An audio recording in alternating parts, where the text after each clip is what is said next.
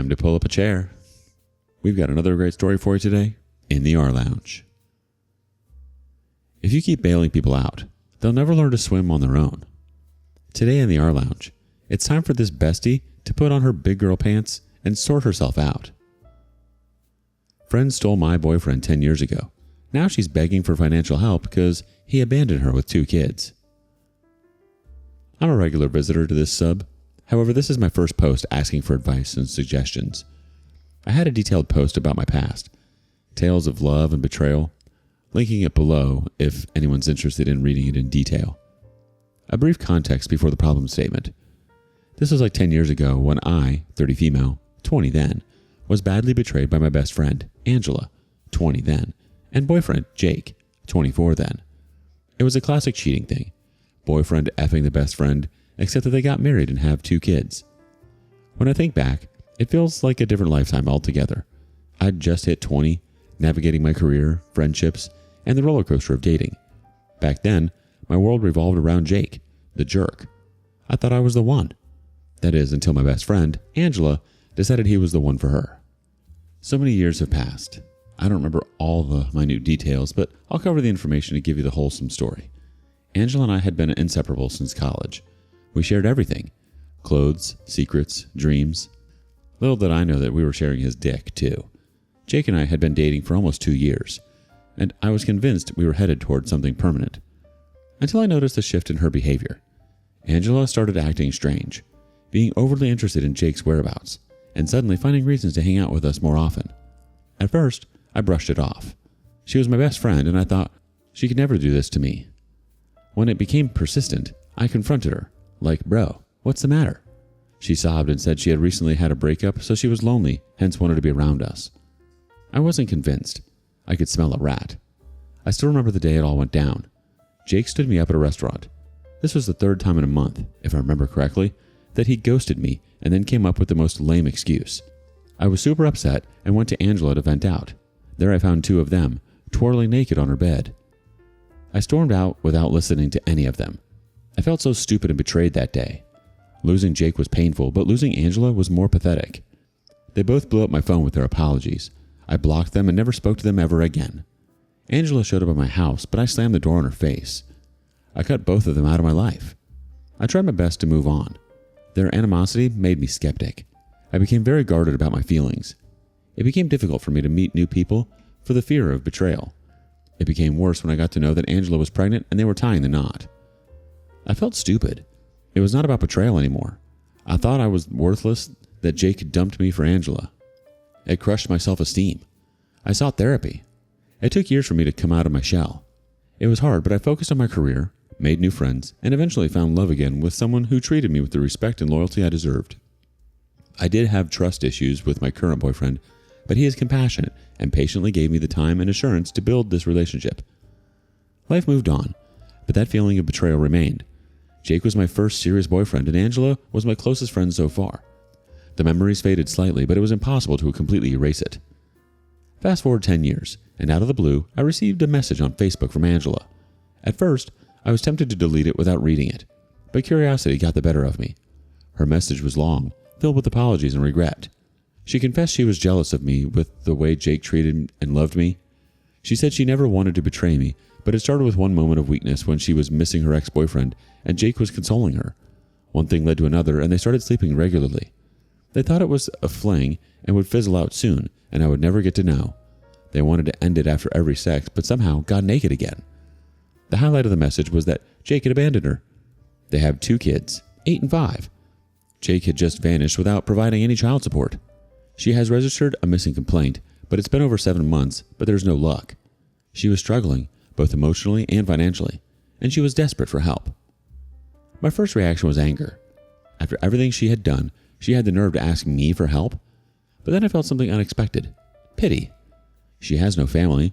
Her parents were divorced when she was very young. She was raised by her grandma who passed a few years back. I don't think she has anyone in her life to call a family. Angela had made her bed, and now she was lying in it. But did that mean I should ignore her plea? In fact, I did ignore her. I'd seen her messages and maybe that gave her hope, and she sent a couple of more messages. She sent me pictures of her children and my heart melted. I don't know what to do. I discussed this with my boyfriend, and he is of the opinion that the children are innocent and we should help them. However, I'm a little apprehensive about talking to her because of my past wounds. I'm split. What would you do in this situation? Finding your boyfriend and best friend doing the horizontal tango on her bed? Yikes. Now, Angela's plea. It's rich, isn't it? She's drowning in the mess she made and suddenly remembers the lifeline she once backstabbed. Make it clear this isn't about rekindling any friendship or forgiving the unforgivable. This is about innocent kids who need a break. Help them out, but keep your distance. Maybe set up a trust or fund so Angela doesn't get her hands on the cash and go all Jake escaping responsibility on it. Update 1. Hey there. Thanks for pouring your suggestions. I appreciate all the comments. Positive and creepy, both. Except for the few snide remarks of calling me simp for reading Angela's message, most of you are opinionated I should help the children if it is within my means. Well, guys, I earn decent. Not very well off, but I think I can manage giving her a few grand in a month. After a lot of hesitation, typing the message, rephrasing it, and deleting, I responded to her for a meetup. I wanted to understand her situation before diving in. I asked my boyfriend to accompany me, but he said it would be better if we meet without him. It would give Angela the comfort to speak up freely. So, I showed up alone. When I saw her, I could barely recognize her. Angela looked older than her age. She was no longer the confident, chirpy woman. It was as if she was replaced by someone worn down by life's hardships. She looked tired with weary eyes. We exchanged awkward pleasantries before diving into the heart of the matter. The situation was understandably way more uncomfortable to her. She was hesitant to talk. She was guilty of her actions. She apologized profusely and said karma had come biting her. She told me after I found out about their affair, they stopped seeing each other. Only after a few months when I ghosted both of them, Jake asked her out as they were both lonely. She was eventually knocked up by him and they got married. She talked about the early days with Jake, how everything seemed perfect until it wasn't. He had lost his job due to a change in office management. He started drinking due to stress and became increasingly abusive. Eventually, he left her, vanishing without a trace and leaving her to fend for herself and their children. When she was speaking, I could see the genuine remorse in her eyes. She admitted that she had made a terrible mistake by betraying me and that she had paid the price for it. Now, she was at rock bottom, barely making ends meet, and her kids were suffering as a result. Part of me wanted to walk away, to tell her she deserved everything she was going through, but another part of me that remembered our years of friendship felt a pang of compassion. Her children were innocent in all this, and they didn't deserve to suffer for their parents' mistakes. I took a deep breath and told her I needed time to think. She nodded, tears rolling down her face. She thanked me for even considering it. I walked out with a whirlwind of emotions, wavering inside of me. Over the next few days, I slept over our conversation. I talked it over with my boyfriend, who had been my rock through so much. He reminded me that helping someone in need, especially when children are involved, is never wrong, but he also emphasized that I needed to set boundaries to protect myself. I decided to help, but on my terms. I reached out to Angela and told her I would assist with her children's expenses, school supplies, clothes, and food, but I wouldn't give her money directly. She gratefully accepted, and we set up a system where I could buy what the kids needed. I shipped her the monthly supplies, and she was overwhelmed. She sent me a voice note from her children thanking me for the berries. It was surreal. She's working at a low-paying job. My boyfriend and I are trying to get her into a better job so that she can fend for herself and her kids. That's it until now. I'll update if there's anything worth updating. Else, that's it on this thread. Seeing Angela looking like she's aged 2 decades? Life has clearly had its way with her. Here's the thought. Helping the kids could be a way to show you're the bigger person without having to actually like her. Set clear boundaries, make it about the kids, and not about resurrecting a friendship from the grave. You're not trying to rewrite history. You're just trying to make sure 2 innocent kids don't suffer because their parents made terrible life choices. Update 2. Hey guys, so there's more to it. Picking it up where I left. Over the next few months, I continued to help Angela. I saw her more often. I wouldn't say we are friends again, but there's a tentative truce between us.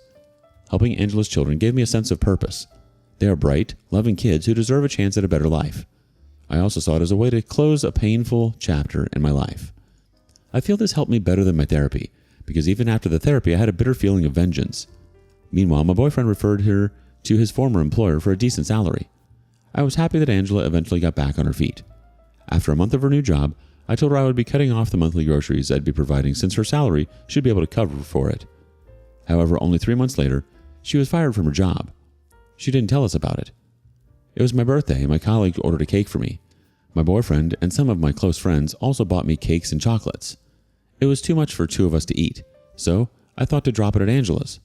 When I went, I could sense something was off by seeing the condition of her house, because when she was earning a good salary, her apartment seemed brighter and tidier. I don't know how to explain this, but poverty is impossible to hide. You enter the house, which has a scarcity of money, and you can literally feel it. Angela and her children didn't look good. I asked what's up, and she told me she was fired because she could not deliver as per the expectation. She was currently jobless. She went back to her former employer, but there's no vacancy there currently. I could see the hopelessness in the children's eyes. She said that the job was demanding too much beyond her capabilities. No matter how hard she tried, she just could not do it. She broke down in tears. They were feeding upon local food pantries. I was disheartened to know this. I immediately rushed to the supermarket and got her a month's supply. 2 months passed, and Angela went back to her former low-paying job. Something's better than nothing. I referred her in 2 companies, but she couldn't crack the interview. Eventually, I realized it was getting too much for me to bear a monthly level. I suggested she seek help from local authorities and register for financial support programs like SNAP, etc. She was clueless about this. I said, I also don't know enough about it, but I can certainly help you get registered so that you can avail the benefits. She said she would figure it out herself. I said I'll try to help as much as I could, but giving this regularly month over month is getting overwhelming for me. She said she understood and thanked me for the help so far, but her face turned pale. I thought maybe because of embarrassment that she was piling up on me. After that, I stopped paying for her monthly groceries, but I regularly checked on her. I got clothes and games for the kids. Whenever I went that way, got takeaways from their favorite restaurants for them. These things I do because it makes me feel good. I want to do it for the children. Angela, on the other hand, is hopping from one job to another. Either she's being laid off due to overstaffing or the company is shutting down. I thought she was stuck with bad luck until a week ago when I got to know that she's getting fired because she's lazy. The recruiter of the companies I referred her told me she showed no enthusiasm for the job and hence was rejected. Honestly, now I've started to notice that ever since I've been helping her, her demeanor has changed. The first time I met her, she had desperate eyes. When I helped her, she had genuine gratitude for me. Now I don't see that gratitude and neither that desperateness to come out of this misery. She looks relaxed and has a laid-back attitude as if she has made peace with her poverty. I hate to say this, but I feel she has taken me for granted. After I stopped paying for the monthly groceries, she asked me to lend money a couple of times. Please don't pick me up on this, but her ask seemed like an ask, slightly softer than demand, but not like a request. I mean, what I'm doing is a selfless deed. The least I expect is she shows some gratitude and not entitlement. Now, I'm split on whether I should continue to support her or I should pull the plug.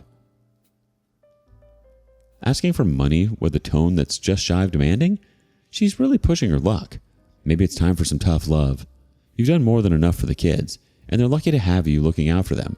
But Angela, she might need a reality check. You're not her safety net for life. Update 3. Well, as some of you suggested, I decided to eventually stop providing financial aid. Obviously, I cannot help her forever, and she eventually has to figure out herself. Before I dive into the update, I want to answer the question most commonly asked on my last update.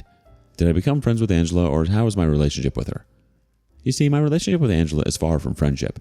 I don't think I can ever be friends with her again. I consider her as my acquaintance who needs help. That's it. Whenever I visit her place, I mostly spend time with her children. Also, I never stay for more than 10 to 15 minutes. Never even had a coffee at her place. So you can imagine the bond. There ain't any bond. There's still an awkwardness between us. Moving to updates. As I mentioned in my last post, I decided to gradually stop financial aid to Angela. I did it. During this time, she reached out to me twice asking for money, but I politely turned her down, saying I had other commitments. She said sorry, and that she understands. Then Christmas arrived, and I was sort of feeling guilty for not gifting anything to her children. So, I ran a last-minute shopping spree and bought gifts for her children. I invited them home for dinner. This was the first time she came to my home and met my boyfriend. He loved the children. It started with an awkward silence. None of us knew what to say.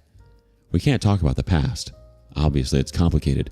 Angela's present was bare open in front of me, and I was not comfortable sharing my life updates with her. So the only topic left was the children. Most of the conversation at the dinner table revolved around them. We gave them the opportunity to talk about their school, about their friends, etc. It was fun.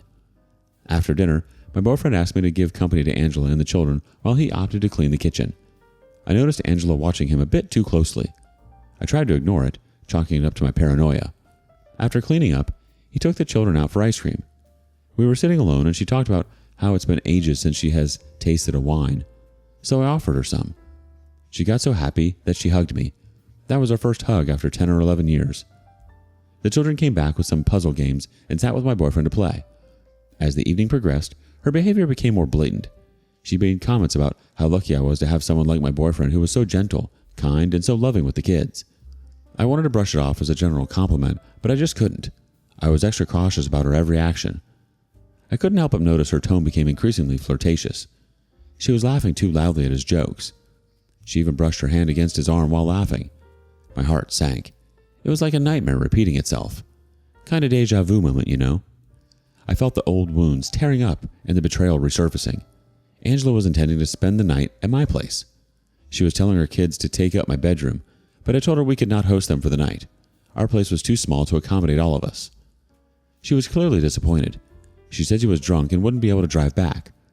She requested my boyfriend to drop her off. I was shocked at her assertiveness. She wasn't that drunk. I looked at him for his reaction. I would have any way not to let him go, but I wanted to see what he does. He subtly replied that he had some business left, so better me, drop her. I smiled and went to drop them. I thought of confronting her in the car, but then it was too late and the children were around. I let it pass for that night. When I came back home, I confronted my boyfriend about my anxiety. He confirmed Angela was indeed making moves at him, and that's why he declined her request to drop her home. He assured me he wouldn't repeat what Jake had done. Still, I need to be careful and not let their history repeat. The next morning, I sent Angela a message laying out my feelings clearly. I told her behavior was unacceptable and that I couldn't allow her to make a fool of me again.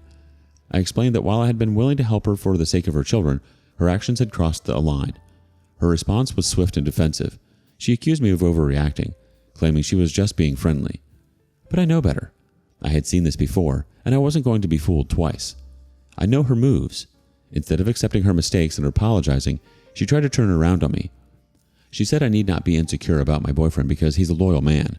Surely he is, but you are not a loyal friend.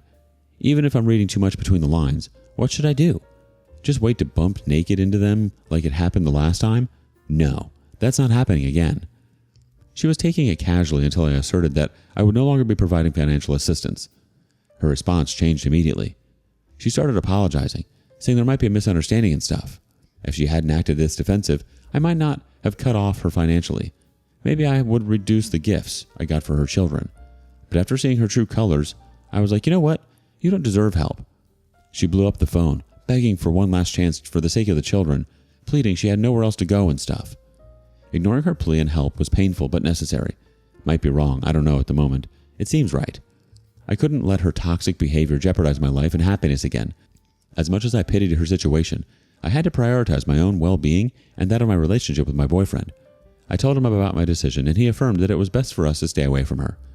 It's been almost 2 weeks since then, and I cannot stop thinking about her children. Did I desert them? I don't know. Even on New Year's, I wasn't feeling happy. I was just thinking that there's 2 innocent children out there who might not have a great year ahead. A thought crossed my mind that I should ship some goodies at her place anonymously, but I realized she would know it's me, and she won't take me seriously after that. Of late, I was getting a vibe that she was exploiting me somehow, so better to close this chapter and move on. I hope she takes her life and her children's lives seriously and works hard instead of trying to poach other boyfriends. Sometimes, I do feel that helping Angela's children gave me a sense of closure. I had done what I could to support them, but I couldn't save Angela from herself. I intend to bring this topic in my next session of therapy. I hope to get some perspectives from a therapist. Thanks for reading this. Honestly, you're like the Mother Teresa of betrayed ex-best friends. Minus the sainthood. Her trying to crash at your place and subtly hitting on your man while pretending to be too drunk to drive? Interesting. Maybe Angela needs to learn that desperation and flirtation are not a good mix, especially when you're angling for financial support. You handled the confrontation like a boss. Calling her out on her behavior and cutting her off financially was the right move. And her trying to gaslight you into thinking you're overreacting? Please, you've seen this show before. And you're not signing up for the rerun. May Angela find a clue, and may you find peace without the extra baggage. Cheers, OP. What would you have done? Thank you for joining us today in the rLounge. Be sure to like and subscribe and hit the notification bell so you don't miss out on the next video. See you soon. And put your chair back where you found it.